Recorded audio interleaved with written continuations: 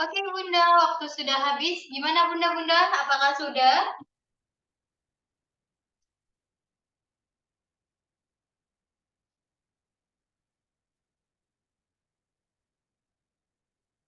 Ayo nih, mana nih jawabannya Bunda? Oke, Ibu Supriyatik menjawab B. Selanjutnya,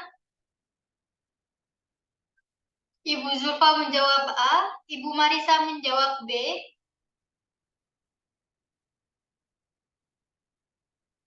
Oke, masih 3 orang nih yang jawab ya.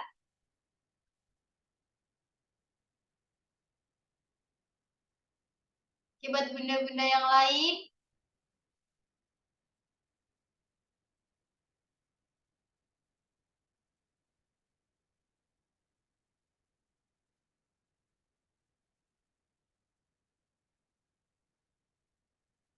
Kalau gitu, ini sudah ada beberapa yang menjawab. Ini ada 2 jawaban nih Bu. Ada yang jawab B sama A. Iya, oke. Ya, apa kita minta salah satunya nih ya Bu ya untuk menjawab nih dari sisi A dan dari sisi B nih ya Bu ya. Boleh, boleh. Oke, buat yang sisi B nih, adakah yang mau menjelaskan kenapa menjawab B? Ayo Bunda yang menjawab B, Bunda Anika, Bunda Karima, Kamiria, sama Bunda Marisa. Ayo, siapa yang mau mewakili? Kita ambil satu orang nih, ayo. Ayo Bu, dicoba Bu. Ya, tanpa mencoba kita juga tidak tahu yang salah, yang benernya itu di mana. Betul. Ayo Bunda. Izin menjawab, Mbak. Ya, silahkan. Mungkin menurut saya, karena saya data fokusnya adalah uterus lembek, mungkin itu mengarah ke subimpulsi uteri. Terima kasih. Oke, alasan Bu Bidan, maaf. Oke, ada yang menulis di kolom chat. Ibu Lucy. B karena uterus lembek dan TFU1 JR bawah pusat. Oke. Yeah. Ibu Lucy ya. Oke, untuk Ibu yang menjawab A, Ibu siapa ya? Kita lihat lagi. Ibu Ratna. Apa kita ambil yang B aja nih? Oke, jika tidak ada, saya akan berikan kepada Ibu Deti. Oke, terima kasih Mbak Fitri. Tetap Iya. semangat ya Bu Bidan, karena pada hari ini kita ini soalnya campur sari ya, dan juga menyesuaikan dari permintaan Ibu Bidan. Nah, kita fokus kepada soal yang ditanyakan di dalam soal. Ya, kalau kita bicara mengenai diagnosis, berarti kita sudah harus mendasari bagaimana cara untuk menegakkan diagnosis itu tidak lepas dari yang namanya pengkajian. Ya, pengkajian untuk mendapatkan data secara subjektif dan data secara objektif, dan tentunya kita sesuaikan antara data 1, 2, dan seterusnya, sehingga nanti akan ditetapkanlah suatu diagnosa kebidanan seperti yang ada di dalam soal. Nah, di sini mengarah kepada soal komunitas. Ya, Mbak Fitri, ini adalah soal komunitas. Yang membedakan soal komunitas dengan soal keterampilan klinis yang biasanya kita lihat ya, kita bahas bersama. Kalau biasanya kita diawali dengan seorang perempuan ya, G1, P1 dan seterusnya, atau seorang calon pengantin, seorang perempuan calon pengantin. Nah, kalau kebidanan komunitas itu biasanya diawali dengan seorang bidan desa, seorang bidan yang ditugaskan di desa terpencil, seorang bidan yang baru saja ditugaskan. Nah, itu sudah mengarah kepada komunitas. Nah, di sini si bidan melakukan kunjungan rumah ya. Kita tahu bahwasanya yang menjadi tugas bidan pada saat di komunitas melakukan kunjungan rumah kepada ibu nifas hari ketiga dengan riwayat persalinan bayi kembar. Nah, kita fokus kepada kunci pada ibu nifas hari ketiga. ya, ditambah dengan riwayat persalinan bayi kembar. Kita tahu dengan kehamilan kembar itu bukanlah masuk ke dalam kategori kehamilan normal, karena kalau untuk kehamilan normal sebenarnya memiliki bayi tunggal ya, bukan bayi kembar. Nah, tapi di sini ada dampak yang akan tentunya mempengaruhi pada ibu pada saat dia sudah menyelesaikan proses persalinan, di mana ditemui ya dari sekian data kita lihat ke kata kuncinya Mbak Fitri ya, di sini keluar darah ya, keluar darah berwarna gelap, dan itu bukan menjadi kata kunci karena pada hari ketiga dengan pengeluaran lokea rubra itu memang sudah mengarah kepada warna darah yang keluar dari jalan itu berwarna gelap. Nah, berwarna merah gelap. Tapi di sini yang kita fokuskan di sini adalah kata kuncinya Mbak Fitri, dia berwarna dengan jumlah yang banyak dan berbau. Nah, itu sudah mengarahkan kepada sesuatu yang perlu kita tegaskan ya, apakah ibu dalam kondisi baik atau tidak. Nah, kalau untuk tanda-tanda vital itu masih dalam batas normal. Namun pada tinggi fundus uteri ya, yang seharusnya pada ibu yang sudah berada pada masa nifas, dia sudah berada di antara pertengahan pusat dan simfisis ya. Atau mungkin dengan keadaan lembek dia berada 2 jari di bawah pusat. Nah, tapi kenyataan yang ada kita temukan di sini si tinggi fundus uteri ibu masih berada di 1 jari bawah pusat, berarti masih tinggi ya, masih tinggi. Nah, kemudian ditambahkan lagi dengan kontraksi uterus yang lembek ya, dan ditandai dengan kandung kemih penuh dan tegang. Nah, itu merupakan kata kunci yang ada di dalam soal. Nah, kalau kita sesuaikan dengan kondisi si ibu, dengan adanya riwayat persalinan bayi kembar, yang menjadi faktor resiko daripada si ibu untuk mengarahkan ibu untuk mengalami ibu menjadi kondisi yang tidak baik pada ibu nifas, itu mengarah kepada terjadinya subinvolusi uteri. Karena apa? Karena kita tahu bahwasanya subinvolusi uteri ini merupakan kondisi dari penyusutan ukuran rahim yang tidak sempurna setelah melalui proses persalinan. Sehingga apa? Sehingga rahim tetap berukuran besar pasca persalinan. Nah, penyusunan ukuran rahim itu terjadi setelah plasenta lahir. Kemudian nanti akan berangsur-angsur mengecil secara perlahan-lahan ya sampai ukurannya normal atau disilahkan dengan involusi uteri. Nah, dan itu terjadi karena adanya kontraksi dari rahim.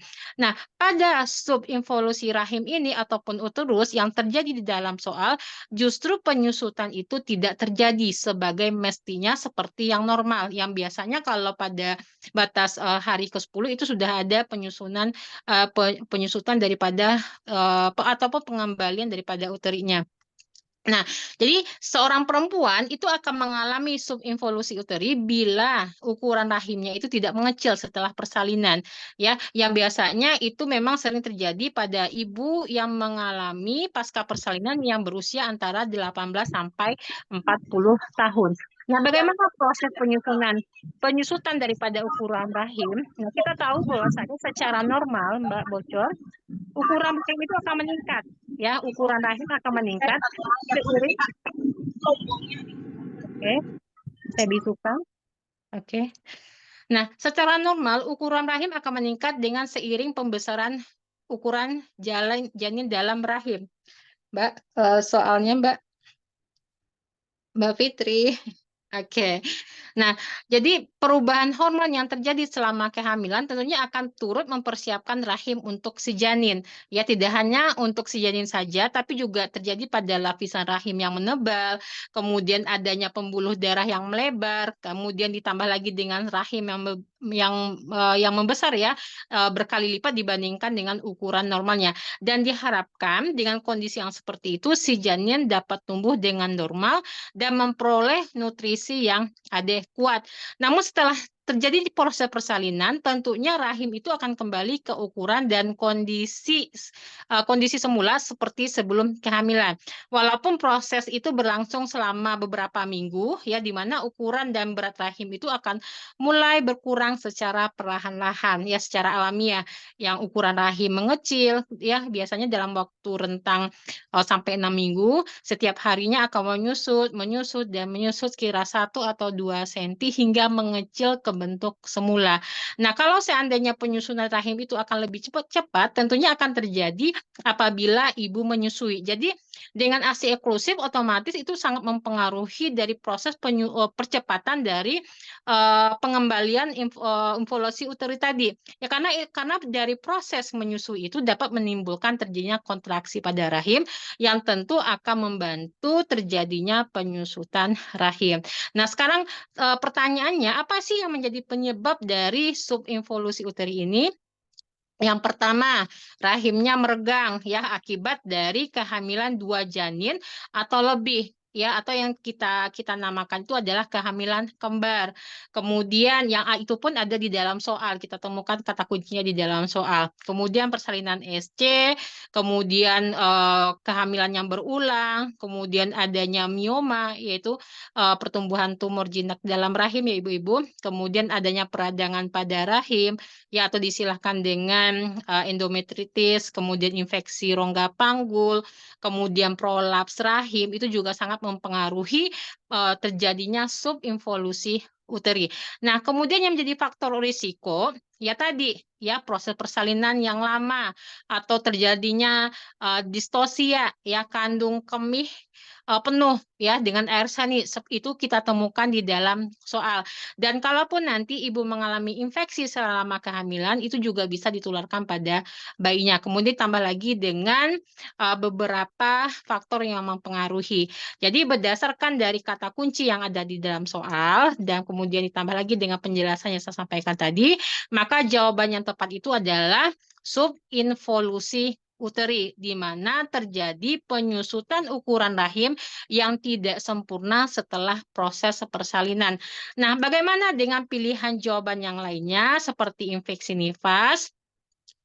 Itu terjadi infeksi terjadi setelah persalinan normal, ya, bisa melalui sesar, kemudian ini juga terjadi beberapa komplikasi, ya, dalam persalinan, ya, ditandai dengan ibu memiliki suhu lebih dari 38 derajat Celcius yang merupakan tanda-tanda bahaya pada masa nifas. Kemudian ditambah lagi dengan postpartum sekunder, ya, perdarahan, ya, maksudnya perdarahan sekunder yang terjadi setelah 24 jam pertama, kemudian distensi kandung kemih, itu merupakan prosedur peregangan dari kandung kemih dengan air, kemudian ditambah lagi dengan preeklamsi postpartum, itu kalau terjadi seandainya ibu merasakan sakit kepala disertai dengan mual, kemudian penglihatan kabur, kemudian ada lagi dengan gangguan-gangguan visual, yang itu merupakan tanda-tanda gejala ibu mengalami preeklamsia postpartum.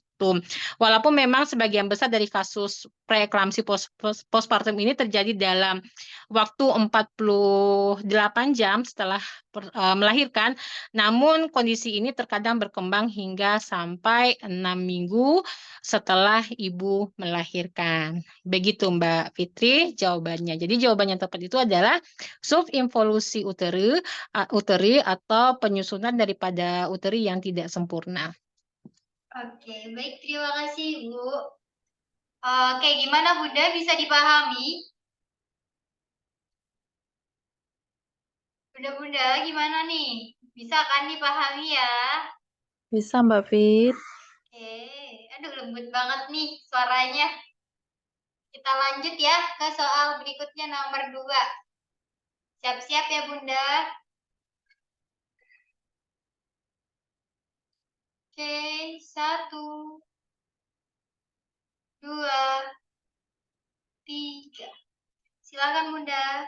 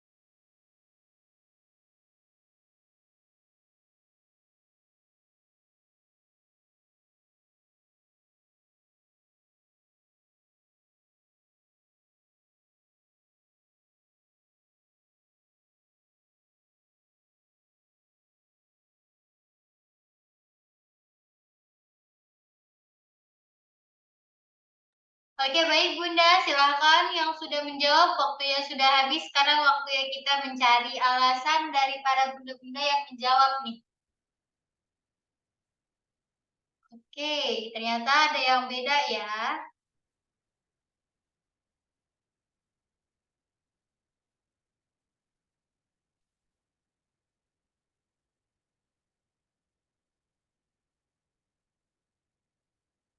Untuk bunda yang lain, apakah sudah menjawab bunda-bunda?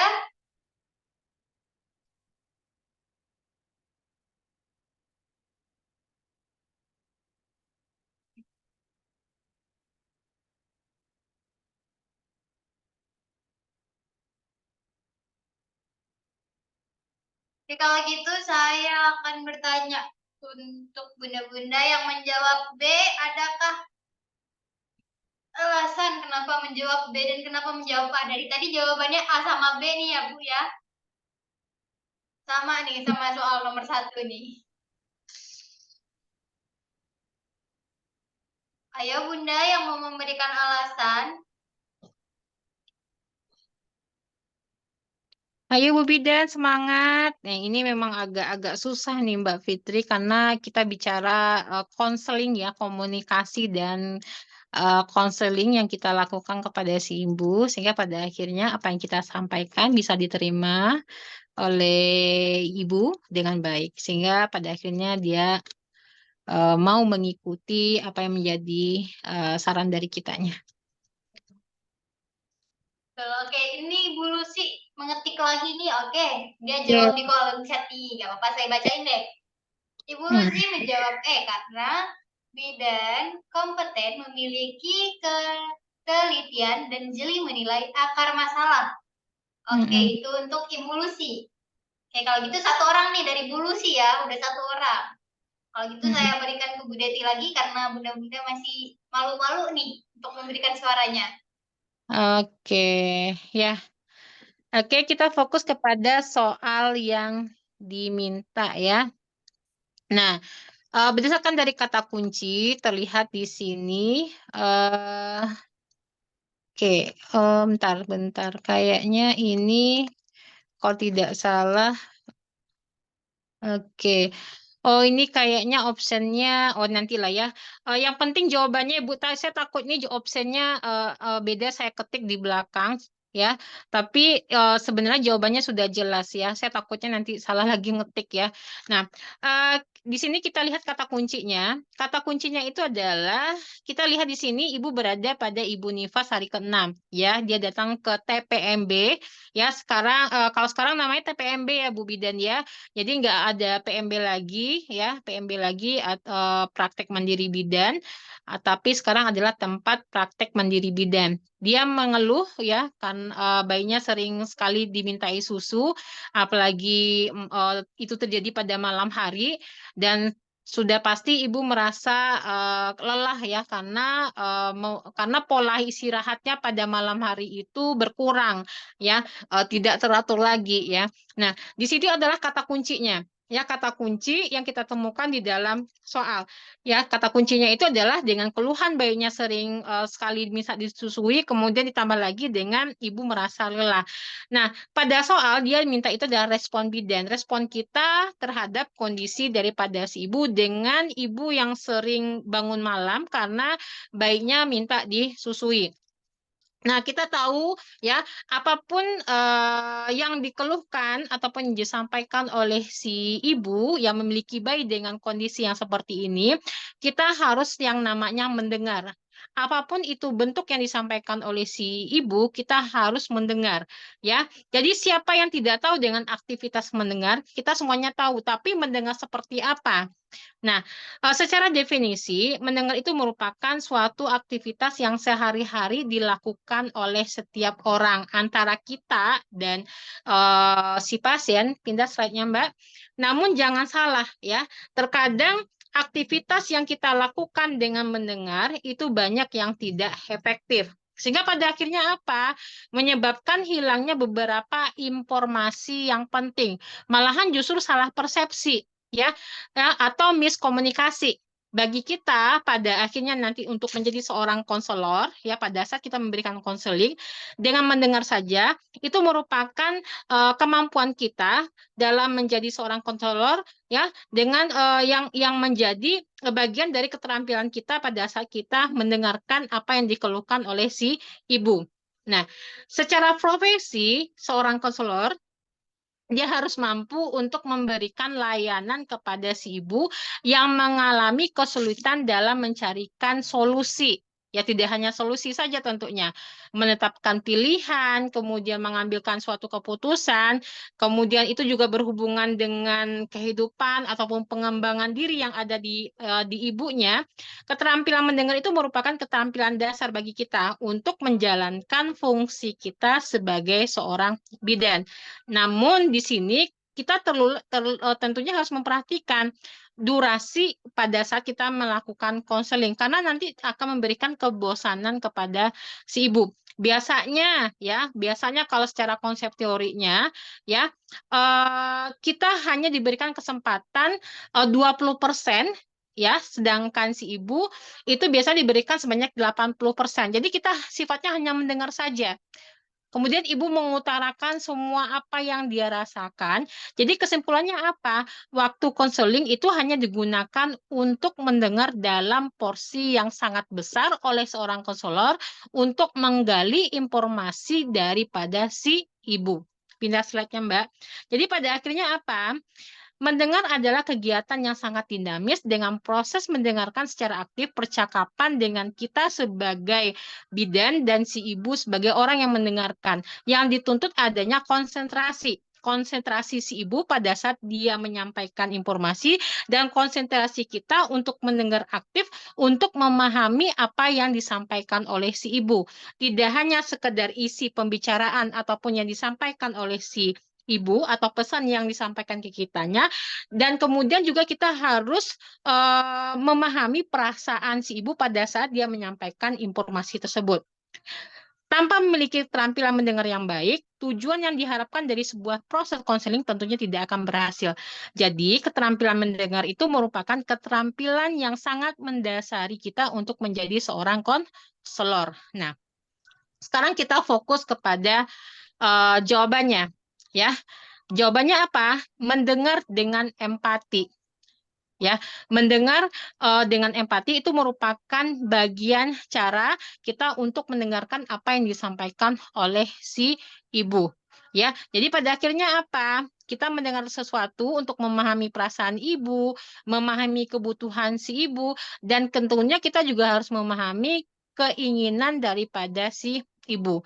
Ya, dengan menghargai si ibu, ya, menunjukkan rasa empati pada saat mendengar, sehingga akan membantulah terjadinya pengembangan hubungan antara kita dengan si ibu.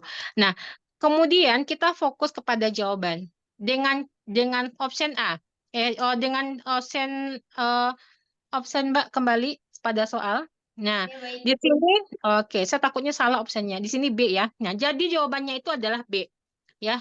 Jadi jawabannya B. Kenapa B? Karena pada saat ibu menyampaikan capek sekali ya, Bu, kalau menyusui malam-malam. Jadi artinya kita memberikan rasa empati. Rasa empati yang terlahir dari kitanya sebagai seorang bidan untuk merasakan apa yang dirasakan oleh si ibu. Nah, kemudian kalau seandainya pada option A, berapa kali sih ibu menyusui adik bayi? Itu memang kenyataan memang terlihat ya. Pada saat kita menanyakan frekuensi, berapa kali sih ibu menyusui sehingga pada akhirnya ibu capek. Nah, sehingga pada akhirnya ibu capek atau ibu merasa sangat lelah, itu merupakan isyarat bahwasanya kita nggak simpati, kita nggak empati kepada si ibu.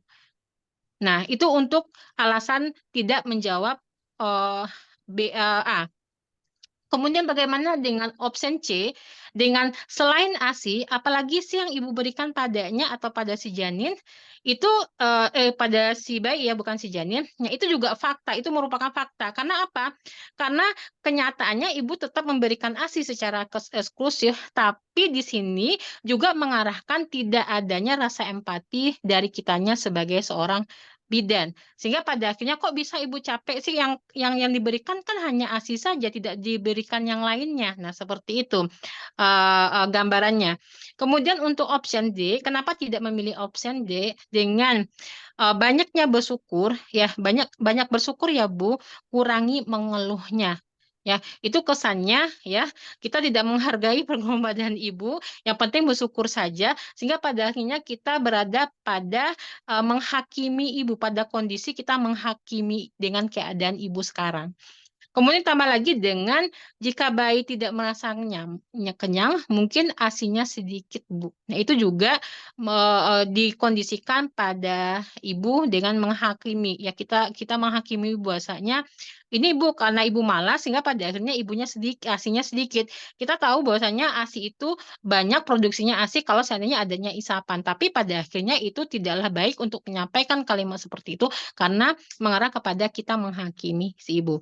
Nah, berdasarkan dari kata kunci tersebut, maka jawaban yang tepat itu adalah option B. Bahwasanya capek sekali ya Bu menyusuinya malam-malam, itu mengarahkan kepada kita memberikan empati yang positif kepada si ibu. Seperti itu Mbak Fitri. Jadi jawabannya itu adalah B. Oke, baik. Sudah bisa dipahami ya Bunda-Bunda ya? Oke, kalau gitu kita lanjut ke soal berikutnya, yaitu soal nomor 3. Oke, silakan Ibu Lucy. Ini ada absen, maaf Bu, untuk sudah waktu 30 menit tapi baru 2 soal sekedar masukkan Ibu yang dibahas sesuai kata kunci aja Kak, usah sampai. Oh iya, maksudnya di sini kadang-kadang udah lari dari soal Bu. Ya memang kita harus fokus kepada itu Bu. Kalau tidak didasarkan pada konsep teorinya, kita juga tidak memahami bagaimana sih cara mendengar yang aktif itu gitu. Oke, Ibu ada yang mau ditanyakan Ibu Lucy? Silakan. Terima kasih Bu, suara saya jelas? Jelas Jelas. sekali. Terima kasih atas waktunya. Tadi saya pilih tentang ASI ya, karena kenapa bayi terlalu banyak lapar minta, artinya mungkin ASInya belum cukup. Karena kalau ASInya cukup bagi dia, tentunya dia tidak minta. Nah, tapi ternyata yang diutamakan di sini adalah empati kita, ternyata bukan menyelesaikan masalah ternyata. Baiklah, Bu, terima kasih. Iya, iya.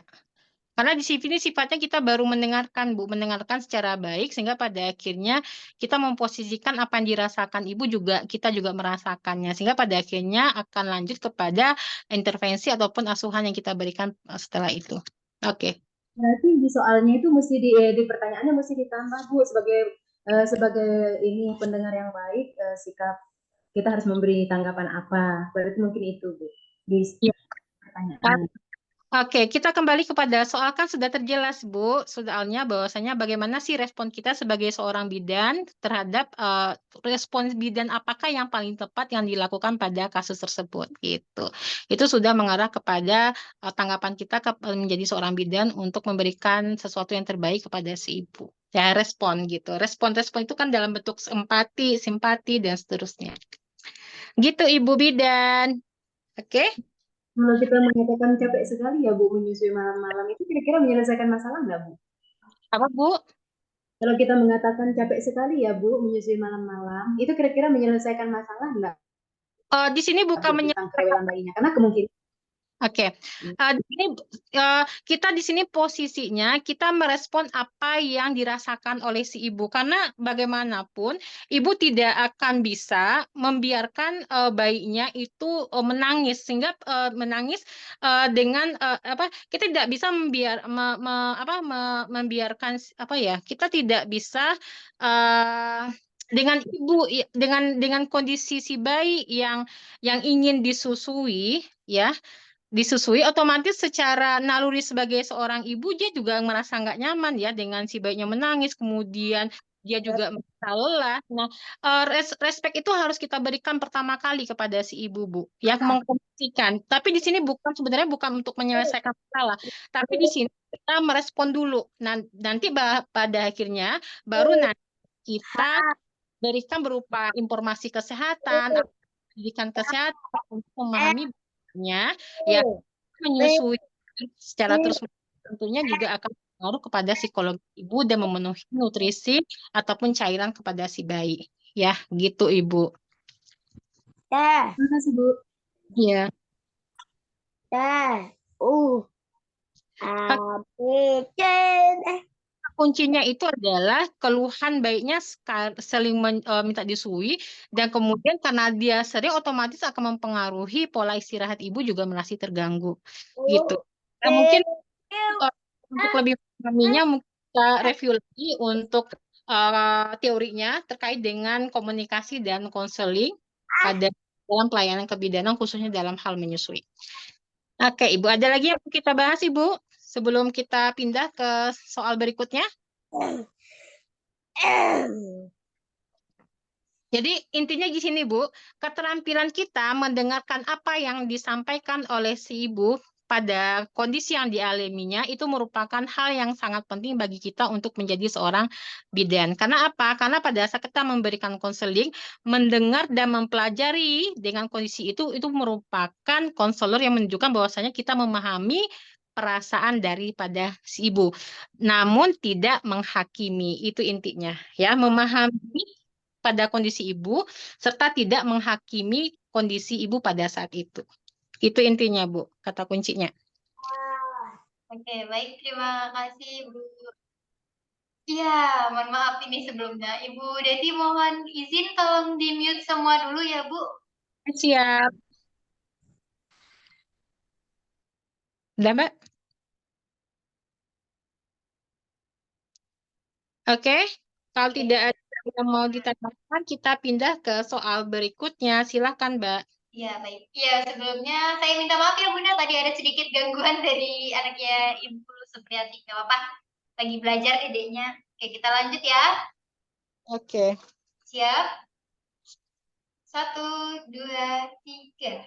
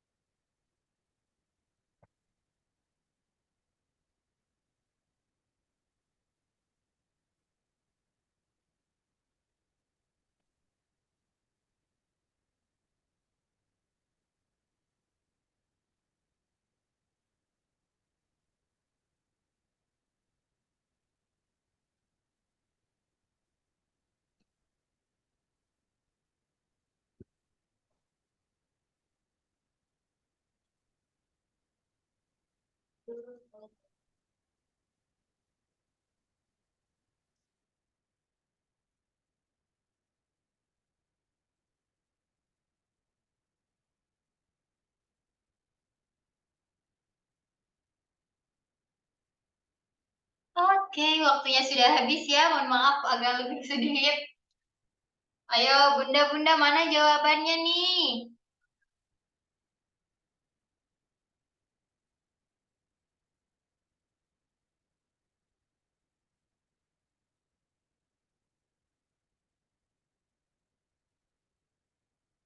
Ayo lanjut Bunda, yang lainnya mana jawabannya?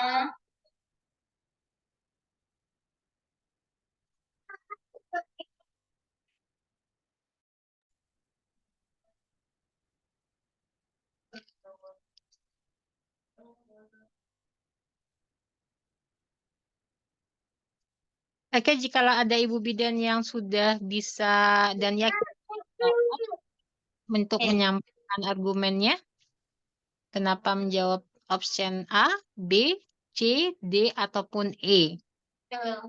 Hati ya, kita bicara detik. Kita bicara detik. Oke, untuk Bunda yang mau memberikan pendapat, silahkan langsung angkat tangannya. Langsung kita bahas nanti. Takut ada yang masih belum bisa dipahami, kita korek-korek lagi yang mana belum bisa dipahami dan kita pahami lagi lebih dalam, ya Bunda? Silakan di raise hand Ibu Bidan. Ya. Tuh. Karena ini kita mute aja ya, takutnya ada yang kebablasan. Oke, ada tidak Bunda? Kalau tidak ada, saya akan berikan ke Bu Deti nih. Oke, terima kasih Mbak Fitri. Ya. Jadi kita fokus kepada soal yang diminta. Ya, yang ditanyakan itu adalah berapa lama langkah awal. Berarti kalau misalnya ada langkah awal, berarti nanti dilanjutkan dengan langkah selanjutnya. Nah, langkah awal itu merupakan langkah pertama kali kita berikan kepada bayi dengan keadaan yang tidak baik secara cepat dan tepat. Sehingga pada akhirnya kita bisa menghindari kerusakan otak pada si bayi. Yang pada kali ini si bayi mengalami terjadinya aspisia. Karena dilihat di sini dengan si bayi riwayat persalinan ketuban hijau kental itu yang menjadi kata kunci di dalam soal ya. Kita pindah Mbak Fitri. Ya, dengan riwayat persalinan ketuban hijau kental itu sudah kita kondisikan bahwasanya si bayi menghirup fase pertamanya yang tentunya tercampur dengan ketuban hijau kental yang sudah pasti itu akan mempengaruhi kondisi si bayi di mana si bayi menjadi tidak menangis, kemudian nafas menggap-menggap, kemudian kulit kebiruan, ditambah lagi dengan tonus otot dan lemas. Nah, berdasarkan dengan kondisi itu, maka kita tidak hanya memberikan penanganan awal secara tepat, tapi juga cepat dengan hitungan detik. Karena apa? Karena hitungan detik itu yang akan menjamin daripada kualitas kehidupan si janin untuk ke depan. Jadi setelah kita melakukan penilaian bahwasanya kondisi si bayi itu baik atau tidak, maka harus segera kita putuskan untuk melakukan tindakan resusitasi pada si bayi. Nah, kita tahu bahwasanya resusitasi itu merupakan usaha yang dilakukan pada neonatus dengan gangguan transisi kehidupan yang awalnya tergantung pada plasenta si ibu, namun menjadi proses pernafasan secara independen pada saat dia lahir. Nah, jadi tujuan untuk tindakan resusitasi ini merupakan tujuan untuk meningkatkan kelangsungan hidup ataupun menurunkan kematian pada si bayi yang baru lahir, ya. Nah, resusitasi ini dilakukan bagi si bayi gangguan pernafasan pada saat proses kelahiran. Nah, dengan tindakan yang seperti itu, kita harus memastikan ya langkah awal yang sebenarnya kita pastikan setelah kita menilai kondisi si bayi, kita tetap harus memberitahu ke ibu dan keluarga bahwasanya si bayi memerlukan bantuan untuk memulai bantuan pernafasan pada si bayi. Minta keluarga untuk mendampingi si ibu, baik itu dukungan moral dan seterusnya, ya. Dan kalaupun nanti ada beberapa pertolongan yang lain juga harus kita sampaikan. Namun berhubungan dengan si bayi, langkah awal yang perlu dilakukan secara cepat itu mesti dilakukan kurang dari 30 detik. Nggak nunggu sampai 1 menit. Ya, nah kalaupun sudah melewati 1 menit itu sudah menghilangkan waktu emasnya si bayi. Karena apa? Karena kita harus melakukan penanganan cepat. Kalau tidak itu akan menimbulkan kerusakan otak pada si bayi. Jadi dalam waktu kurang dari 30 detik, kita harus memastikan pada saat si bayi lahir, kita juga harus memastikan yang namanya menjaga bayi tetap hangat. Menjaga bayi tetap hangat dengan mengatur posisi si bayi ya pada saat kita melakukan penanganan resusitasi. Tapi sebelum melakukan penanganan itu, maka kita pastikan dulu bahwasanya dalam 30 detik keadaan umum si bayi harus bisa diselamatkan atau diposisikan dalam kondisi yang baik sehingga pada akhirnya kita bisa melakukan penanganan lanjut. Nah, langkah awal itu seperti apa? Bisa kita lakukan dengan menjaga bayi tetap hangat, kemudian mengatur posisi bayi, kemudian hisap lendir dan seterusnya. Sehingga pada akhirnya kita mampu untuk melakukan pertolongan si bayi dengan kasus aspisia neonaturum. Sehingga pada akhirnya kita mampu untuk meningkatkan status kesehatan si bayi pasca dia lahir. Ya, jadi berdasarkan kata kunci yang disampaikan tadi, maka yang jawabannya yang tepat itu adalah kurang dan sama dari 30 detik. Gitu, Mbak. Oke, ada yang mau kita diskusikan, Ibu Bidan? Yuk yang mau diskusi sama Ibu Deti langsung aja nih. Mumpung Ya. masih ada waktu sedikit. Ya. Atau lanjut, Bunda?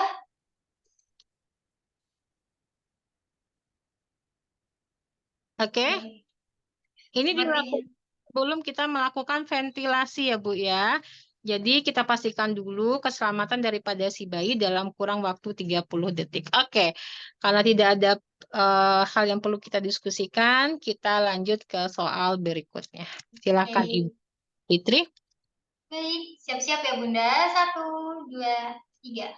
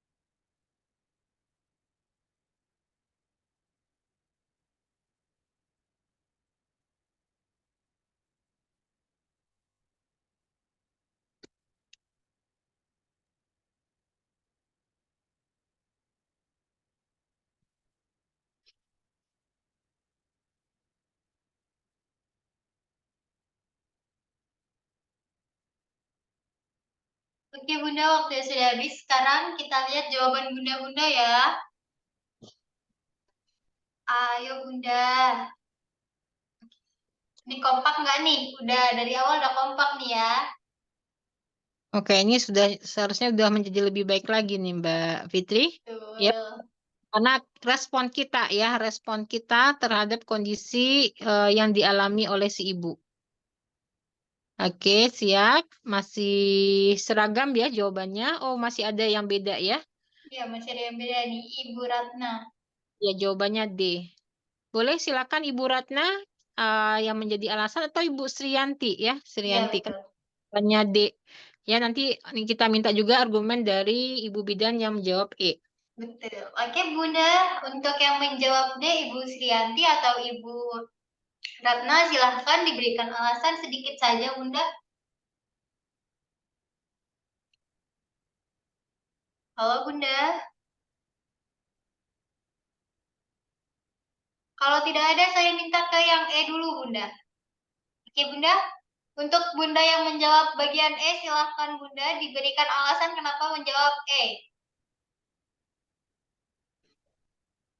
Karena ibunya menangis Bu. Oke, Ibu Ratna. Karena Oke. ibunya menangis. Baik, Ibu Ratna karena ibunya menangis. Oke. Untuk yang menjawab E,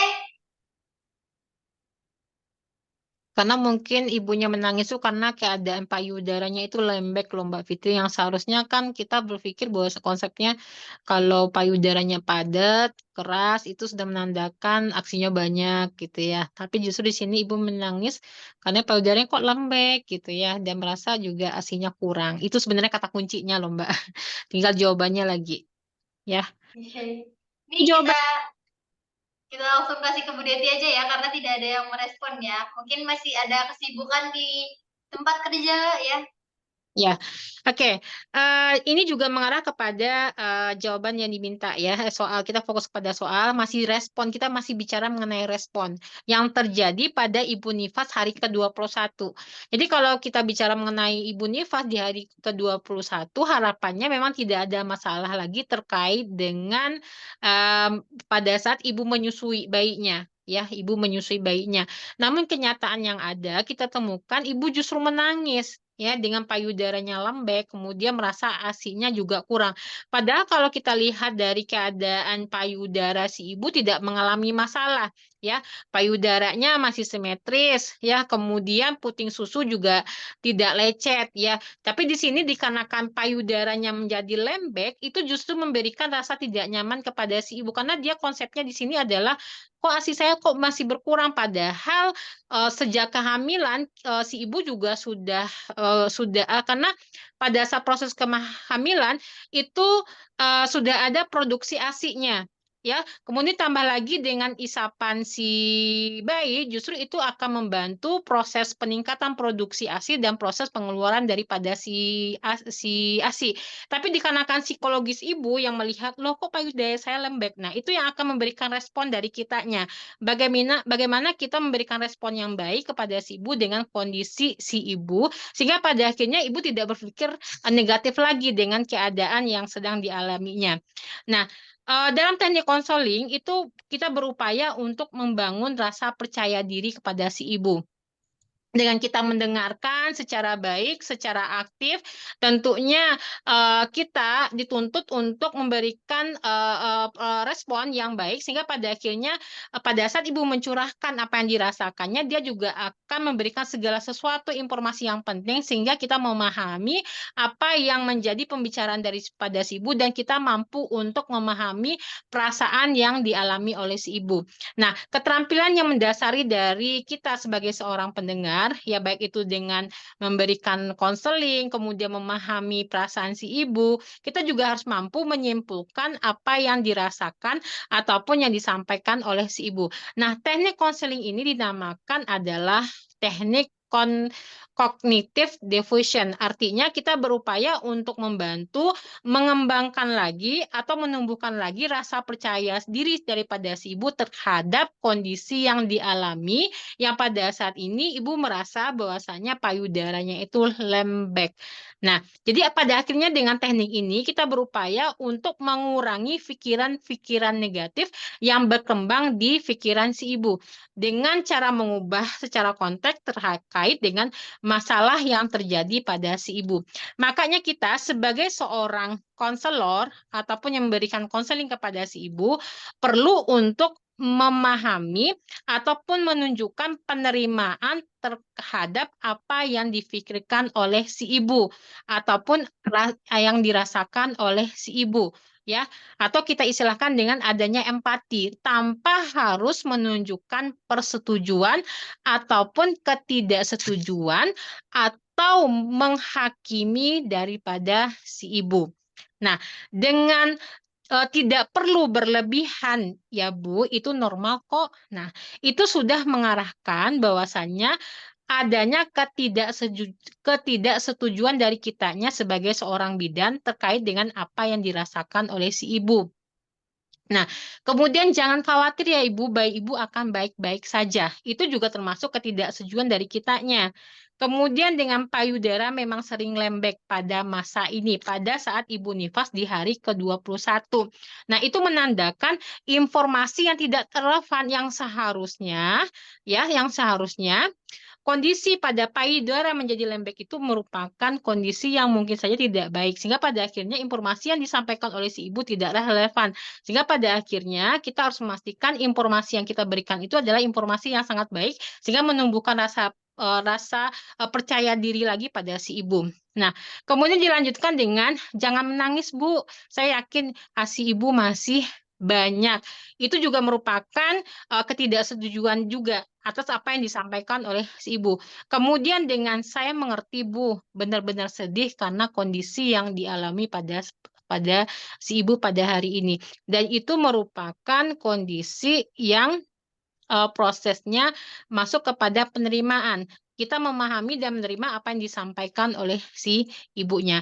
Jadi dengan kondisi yang seperti itu, maka kita pastikan dengan konselor, kita sebagai seorang konselor harus bisa lebih memperhatikan kepribadian pada si ibu, kemudian berupaya untuk menambahkan semacam pengetahuan, kemudian berupaya untuk menumbuhkan rasa percaya diri pada si ibu, sehingga pada akhirnya dengan kondisi yang dialami pada si ibu, dia mampu untuk memahami bahwasannya ibu dalam keadaan baik-baik saja. Yang penting di sini kita harus memahami kondisi yang dirasakan oleh si ibu pada saat itu, dia merasa sedih, dan nanti baru kita memberikan intervensi sehingga pada akhirnya memberikan manfaat kepada si ibunya. Seperti itu Ibu. Ya. Oke. Oke, gimana Bunda-Bunda? Benar Ibu, ya. Jadi artinya kita respon dulu kepada si ibu, nanti baru kita jelaskan keadaan payudara ibu lembek atau bagaimana, ya. Jadi kita di sini kita respon dulu, ya. Kita memahami kondisi pada si ibu. Nanti setelah ibu fokus ke kita, baru kita berikan informasi-informasi yang penting terkait dengan kondisi ibu pada saat ini, gitu. Jadi kita jadikan dulu si ibunya itu menjadi sahabat kita, ya kita kondisikan dulu, kita juga memahami dan merasakan apa yang dirasakan ibu, baru kita lanjutkan dengan intervensi yang sesuai dengan kebutuhan si ibu. Seperti itu Mbak Fitri. Oke, baik Ibu. Oke, Bunda-Bunda bisa dipahami ya. Berarti yang benar ini lumayan banyak ya untuk di soal nomor 4. Wah, tepuk tangan dulu untuk bunda-bunda yang menjawab benar. Tepuk tangan nih. Saya kasih tepuk tangan biar makin semangat ya bunda-bunda ya. Oke, kalau gitu siap untuk lanjut ke soal berikutnya Bunda? Kita lanjut ke soal nomor 5. Oke, kita pindah ke soal nomor 5. Silakan Ibu Bidan. Oke, sebentar Ibu.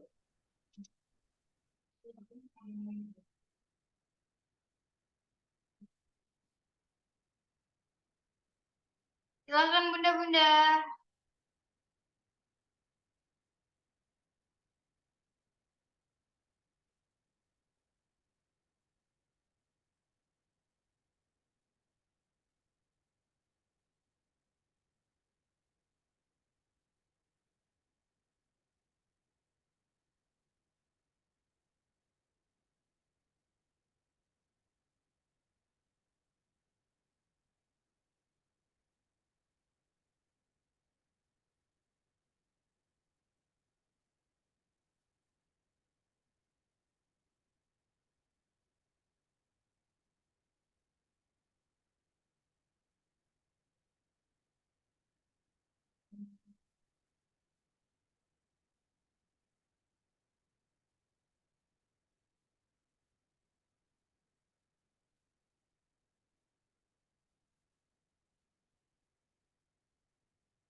Oke, baik. Waktunya sudah habis.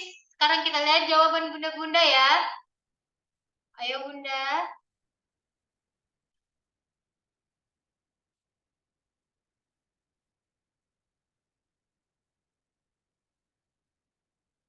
Oke, sepertinya akan sama seperti nomor 4 nih Bu.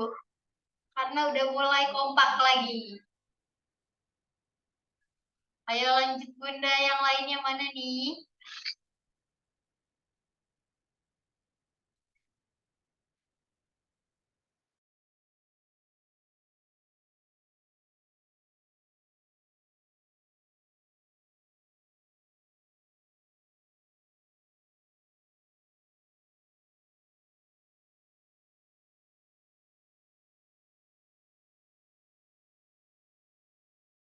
Oke, baik. Bunda-bunda mungkin ada yang ingin memberikan alasan? Bunda Julia, Bunda Lucy, Bunda Supriyatik atau Bunda Zulfa? Jika tidak ada, saya akan memberikan lagi kepada Ibu Deti ya. Langsung kita pembahasan. Oke, siap Mbak. Jadi kita di sini fokus kepada penata laksanaan. Bayinya tidak menangis, Bu. Iya, benar. Oke, penata laksana apa sih yang dimaksud? Dimaksudnya seperti apa? Karena di sini kita lihat pada soal si bidan berkolaborasi dengan dokter walaupun dia berada di rumah sakit settingan tuh soalnya, tapi bagaimanapun kita tetap harus berkolaborasi dengan dokter karena si bayi dengan kondisi yang tidak baik, ya, kondisi yang tidak baik. Ya, itu sudah dilakukan, Bu, ya. Namun setelah itu setelah berkolaborasi apalagi yang mesti kita lakukan dengan kondisi si bayi mengalami asphyxia ditandakan dengan bayi tidak menangis, nafasnya menggap-menggap, kulit kebiruan, tonus, atau kemudian ditambah lagi dengan tali pusat pendek. Nah, itu harus diperhatikan Ibu ya. Tali pusatnya pendek, tidak hanya saja si bayi mengalami asphyxia, tapi keadaan tali pusat pendek sehingga pada akhirnya ada lagi tindakan yang perlu kita lakukan setelah kita melakukan penilaian segera pada kondisi si bayi. Apakah dia dalam kondisi baik atau tidak, menangis kuat atau tidak, menggap-menggap dan seterusnya. Nah, setelah kita melakukan penilaian, maka kita wajib untuk memutuskan asuhan yang diberikan pada si bayi yang pada kali ini kita melakukan resusitasi pada neonatus atau pada si bayi yang baru lahir. Tapi bagaimana kita melakukan resusitasi kalau pada akhirnya keadaan tali pusat ibu pendek? Sehingga pada akhirnya apa? Kita lakukanlah dulu yang namanya pemotongan tali pusat, tidak di atas perut ibu, ya, tidak di atas perut ibu atau di perut bawah ibu, di atas perut ibu, tapi justru ini dilakukan ya di dekat perineum karena dengan keadaan tali pusat pendek. Nggak mungkin kita melakukan ataupun mengatur posisi si bayi dengan baik ya yang merupakan bagian dari penanganan langkah awal yang kita lakukan kurang dari 30 detik tadi dengan keadaan tali pusat pendek. Maka kita pastikan dulu kita melakukan pemotongan tali pusat baru kita lanjutkan dengan penanganan yang lain yang masuk dalam penanganan langkah awal yang kita berikan kepada si bayi. Dengan langkah awal seperti apa? Misalnya, ya, tetap menjaga kondisi bayi tetap hangat, kemudian atur posisi. Nah, kemudian apalagi? Ya, kemudian isap lendir, ya, kemudian dan seterusnya. Jadi, untuk option A, B, C dan A, B, C, D, A, B, C, D itu merupakan bagian dari tindakan langkah awal yang kita berikan kepada si bayi. Namun sebelum kita melakukan langkah awal, maka kita pastikan dulu pemotongan tali pusat yang pendek sehingga pada akhirnya kita lebih leluasa untuk melakukan penanganan tersebut. Berdasarkan dari kata kunci dan informasi tadi Mbak Fitri, maka jawabannya itu adalah E, potong tali pusat terlebih dahulu yang kita lakukan di dekat perineum si ibu. Itu jawabannya. Jadi jawabannya bukan D ya Bu ya. Dan kalaupun kita keringkan dan rangsang tali pusat, itu kita pastikan dulu ya, jaga kehangatannya dulu. Ya, jaga bayi untuk tetap hangat dulu. Ya, jadi ada beberapa langkah untuk kita melakukan penanganan awal pada kasus bayi asphyxia ini. Oke, ada yang perlu kita diskusikan di sini Ibu Bidan? Iya, Gimana, Bunda? Ada yang kolaborasi. mau gimana, Bu? Ya, kolaborasinya kita udah lakukan di dalam soal Ibu. Nah, buat bunda-bunda ada yang mau didiskusikan, silahkan didiskusikan terlebih dahulu bersama Bu Deti, karena waktunya masih ada sih ya. Masih sedikit lagi nih, kita ada 2 soal lagi. Ayo Bunda, atau kita lanjut ke soal berikutnya? Ada Bu Bidan, tolong direspon Ibu Bidan, sehingga pada akhirnya kita bisa pindah ke soal berikutnya. Betul. Oke, Ya, lanjut. Baik. Terima kasih untuk terima Bunda kasih. Fajrina dan Ibu Ratna. Saya siap-siap ya, saya lanjut ke soal berikutnya. Silahkan Bunda.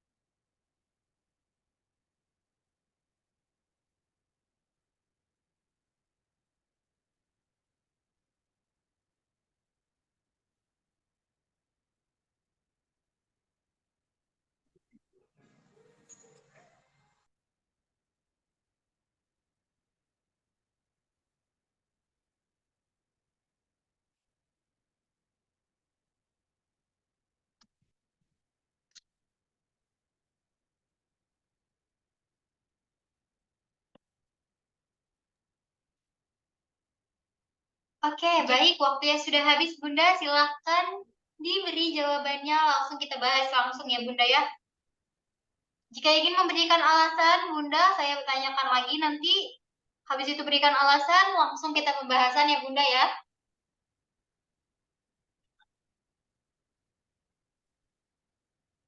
Nah, hati-hati Bu Bidan, dia hampir sama. Kita bicara mengenai mekanisme kehilangan panas pada si bayi yang baru saja dilahirkan.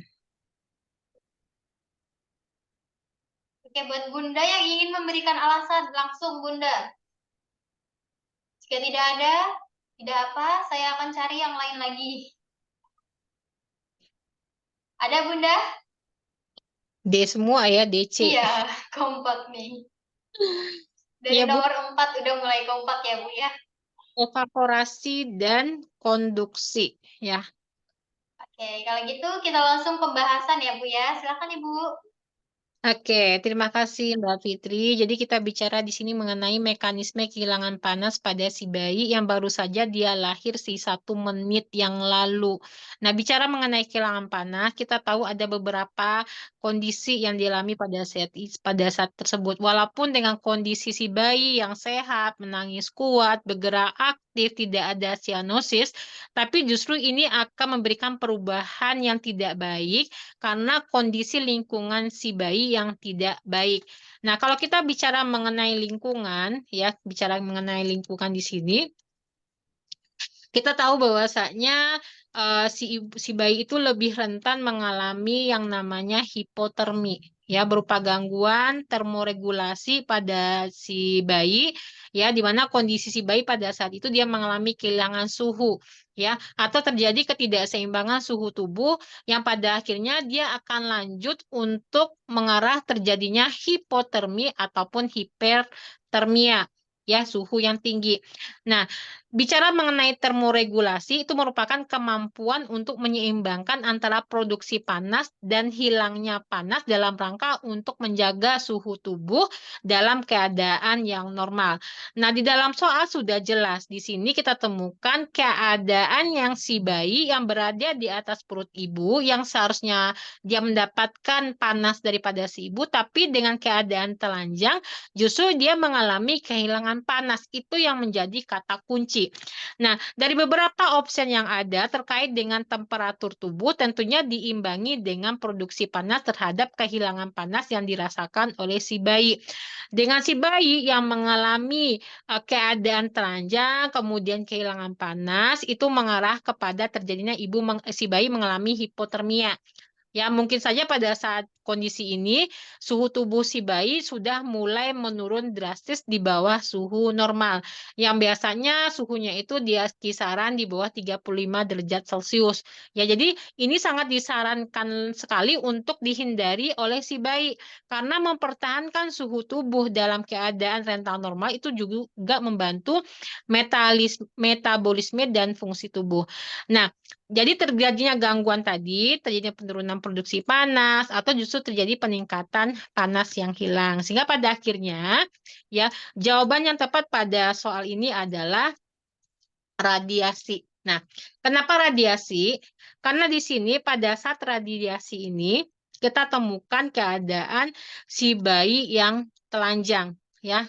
Kemudian dengan kehilangan yang panas, jadi ini merupakan terjadinya perpindahan suhu tubuh, ya, dari suatu objek yang panas ke objek yang dingin, ya. Atau misalnya saya contohkan suhu tubuh si bayi dengan suhu yang hangat, kemudian dikelilingi oleh suhu yang lebih dingin, sehingga pada akhirnya sumber kehilangan panas dapat berupa suhu lingkungan yang dingin ataupun suhu inkubator yang dingin. Nah, kalau misalnya sesuai dengan kondisi si bayi, jadi pada akhirnya pada soal ini panas tubuh si bayi memancar ke lingkungan yang berada di sekitar yang lebih dingin, ya. Misalnya dengan bayi diletakkan di ruangan yang dingin atau mungkin bayi dibiarkan dengan keadaan telanjang. Nah, bagaimana keadaan yang lainnya seperti evaporasi? Kita pindah ke soal berikutnya, ke lembaran berikutnya, Mbak Fitri. Nah, ke slide berikutnya. Itu akan terlihat nanti ada sebuah gambar nah, ini adalah radiasi. Ya, radiasi itu adalah, ya, panas tubuh si bayi memancar ke lingkungan sekitar yang justru lebih dingin. Karena apa? Karena bayi dalam keadaan yang telanjang. Itu menyebabkan si bayi mengalami kehilangan panas melalui cara radiasi. Kemudian dengan evaporasi, ya, konduksi dulu, ya. Kondisi itu merupakan panas tubuh si bayi merambat dari kulit tubuh si bayi ke permukaan yang lebih dingin. Ya, misalnya si bayi terdapat popok basah yang tidak langsung diganti, kemudian menyentuh bayi dengan tangan dingin, sehingga akan terjadilah yang namanya mekanisme kehilangan panas pada si bayi melalui konduksi. Kemudian dengan evaporasi itu juga mengalami panas tubuh bayi itu menguap bersama cairan ketuban yang membasahi daripada kulit si bayi, sehingga pada akhirnya misalnya kita melap ya, pada saat dia lahir kita lap, itu juga akan berpengaruh terjadinya evaporasi pada si bayi. Kemudian tambah lagi dengan terjadinya konveksi, di mana konveksi ini merupakan bagian tubuh daripada si bayi akan mengalir bersama aliran udara yang berada di sekeliling si bayi. Misalnya apa? Bayi diletakkan di dekat pintu yang terbuka atau berada di dekat kipas angin yang sedang hidup, itu bisa menyebabkan terjadinya mekanisme kehilangan panas pada si bayi melalui konveksi. Nah, seperti itu ya. Jadi berdasarkan dari kata kunci dan pemaparan yang saya sampaikan tadi, maka jawaban yang tepat itu adalah radiasi. Ya, untuk lebih bisa memahami, maka nanti Ibu dianjurkan untuk membaca bagaimana caranya mekanisme kehilangan panas pada si bayi. Itu akan lebih dipahami. Oke, mungkin itu saja, Mbak. Fitri. Oke, baik. Oke, baik Ibu. Kita lanjut. Gimana nih, Bunda-Bunda mau lanjut atau masih ada yang mau ditanyakan? Jadi Tinggal jawabannya satu soal ya.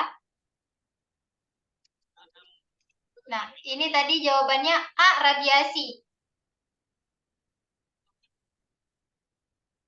Oke, Bunda. Sudah bisa dipahami, Bunda? Jadi kita bicara mengenai mekanisme kehilangan panas pada si bayi ya Ibu Bidan. Jadi ada 4, radiasi, konveksi, evaporasi gitu. Ya, Oke, radiasi. baik. Oke. Tidak ada Gimana respon. nih? Nggak apa-apa, Bu. Mungkin masih pada sibuk Bunda-Bunda kita ini. Diklik lagi soalnya Mbak, silakan. Gimana Oke. soal Ibu Bidan? Jadi, Bunda, Kenapa soalnya? Bu, apakah penjelasan Ibu itu tentang radiasi konveksi? Oh, radiasi Mbak, coba lihat. Jawabannya radiasi. jawabannya radiasi ya. Yang A. Oke, nah buat Bunda Wiwi ya, ini soalnya saya klik lagi. Ini soal, oke. Gimana? Udah siap lanjut ke soal nomor 7, Bunda? Atau mau ada yang nanya dulu nih? Bu Lucy sepertinya ingin bertanya ya, Bu ya? Iya, tadi bayi kan sudah di atas perut ibu. Nah, berarti memang memang benar ya radiasi karena nggak ada kelengkapan di soalnya mengatakan bayi diselimuti di atas perut ibu. Ada. Karena keadaan si bayi dalam keadaan telanjang Ibu Bidan ya, karena si bayi itu sangat sensitif sekali dengan yang namanya suhu gitu. Makanya pada saat kita memberikan pertolongan pada si bayi itu dipastikan dulu jaga kehangatan si bayi gitu. Iya, betul. Berarti nanti pada soal hukum kita harus lihat ini memang nggak ada selimut ditutupi di atas bayinya untuk menyatukan bayi dan ibu. Jadi Betul. di itu radiasi jawabannya. Baik, Bu. Oke, terima kasih Ibu Lucy ya. Iya, betul, Ibu Lucy. Oke. Oke, buat Bunda, ada yang nanya nih. Bunda Fajriani. Oke, saya Ada di sengaja kolom chat. Oke, saya sengaja tidak menjelaskan sekali tentang yang namanya option yang lain, ya. Saya hanya menyampaikan saja. Tapi setidaknya dengan Ibu melihat gambar, ya gambar tadi Mbak Fitri, tolong dipindahkan ke gambar berikutnya. Nah, sebenarnya dengan melihat gambar itu udah sejuta makna ya Ibu Bidan. Ya, jadi pada akhirnya nanti Ibu akan dituntut untuk belajar lagi dan mereview lagi teori-teori yang ada sehingga pada akhirnya itu akan memberikan pemahamannya lebih kepada si ibu. Setidaknya nanti kita pastikan di sini dalam gambar sudah terlihat mana sih yang konveksi, mana sih yang radiasi, mana yang konduksi. Ya gitu. Oke, udah ya, udah jelas ya Bunda ya. Kita lanjut ke soal nomor 7 dan nomor terakhir. Sepertinya lumayan banyak waktu untuk bertanya-tanya tadi. Oke, baik. Saya lanjut ya. Bundanya sedikit malu-malu mungkin nih. Silakan Bunda.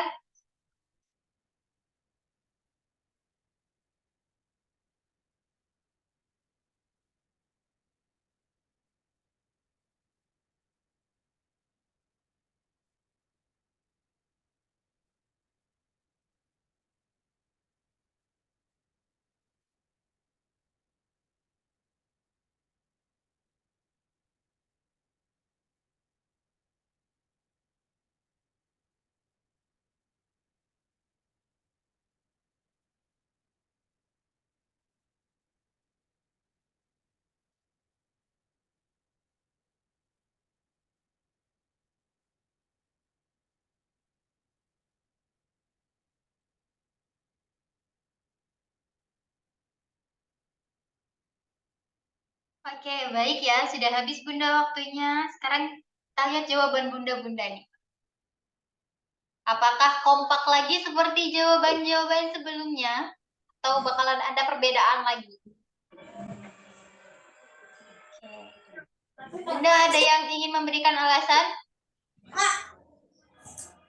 Untuk Bunda Yuliana? Mohon maaf Ibu Deti, mohon dibantu, tolong di mute dulu Bu.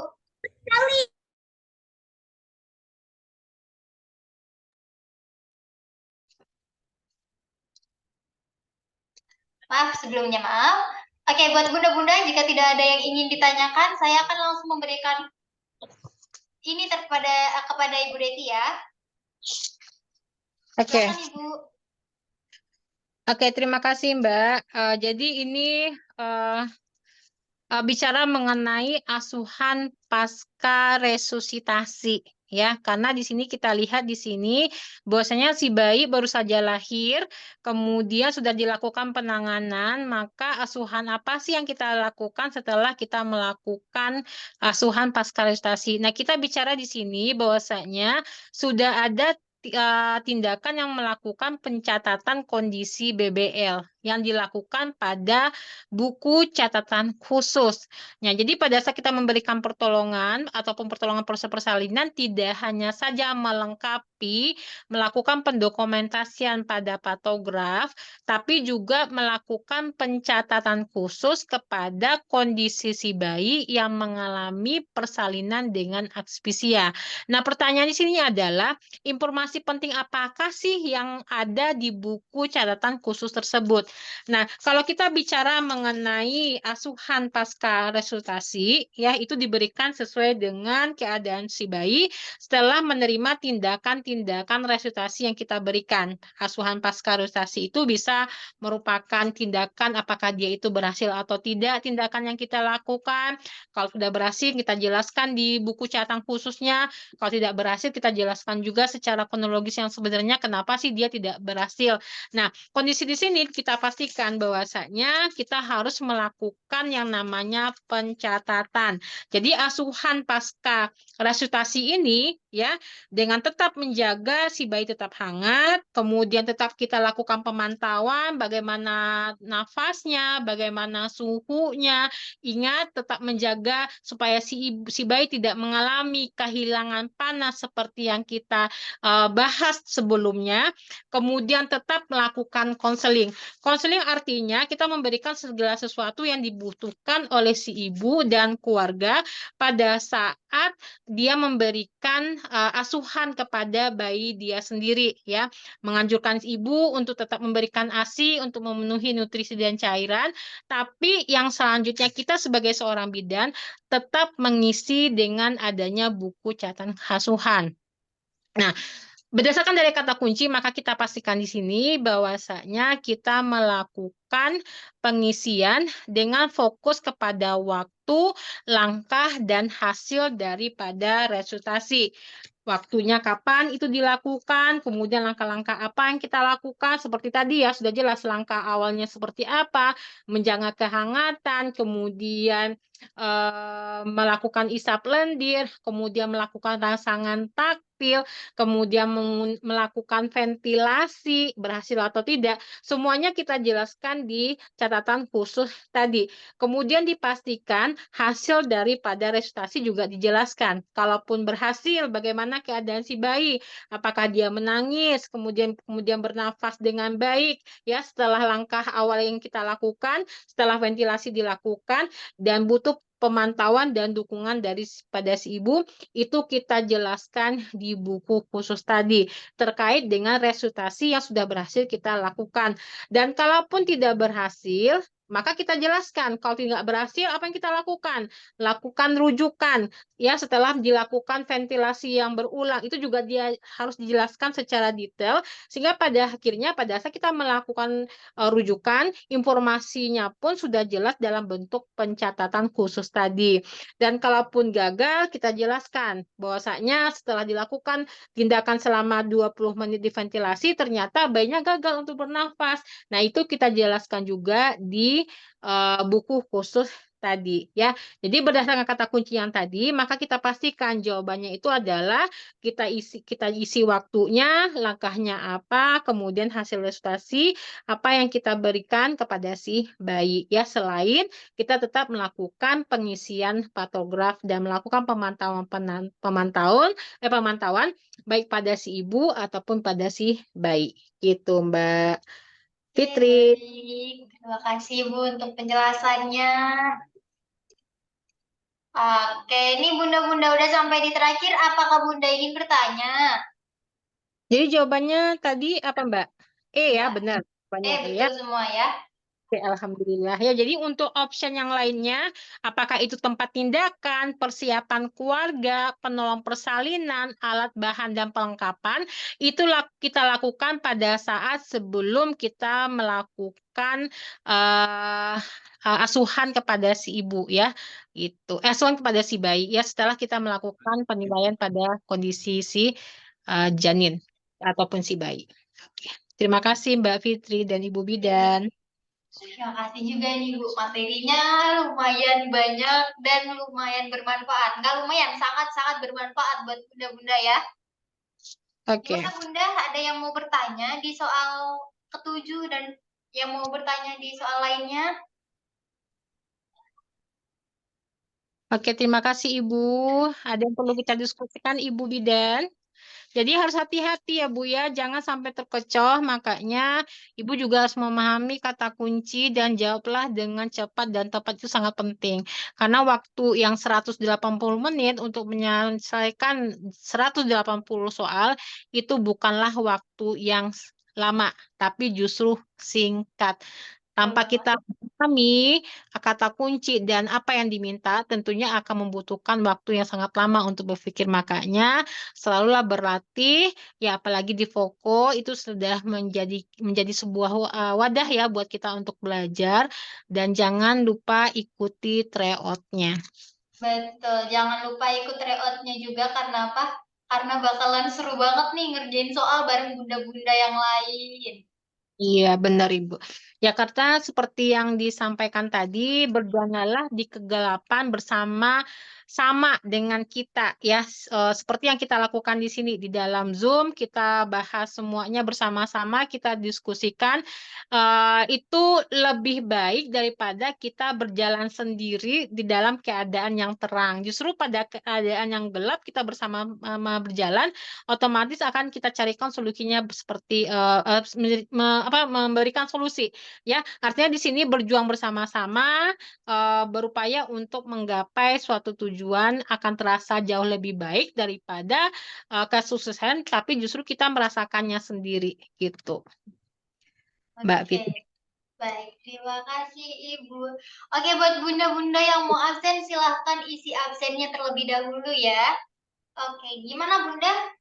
Soalnya lumayan seru kan Bunda? Nggak seru nih, nggak lumayan, tapi seru banget ya Bu ya.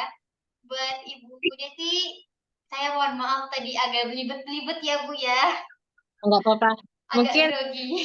ya, mungkin yang perlu saya sampaikan di sini untuk Ibu-Ibu Bidan, teman pejuang hukum profesi bidan se-Indonesia, mungkin hanya itu yang bisa saya sampaikan, semoga bermanfaat, tapi pada intinya menjadi pejuang hukum itu tidaklah selalu orang yang pintar, itu udah pasti, tapi orang yang gigih dan pantang menyerah dalam arti kata, jangan bosan, jangan merasa capek, jangan merasa ngeluh untuk meluangkan waktunya untuk belajar bersama Voko pada saat ini.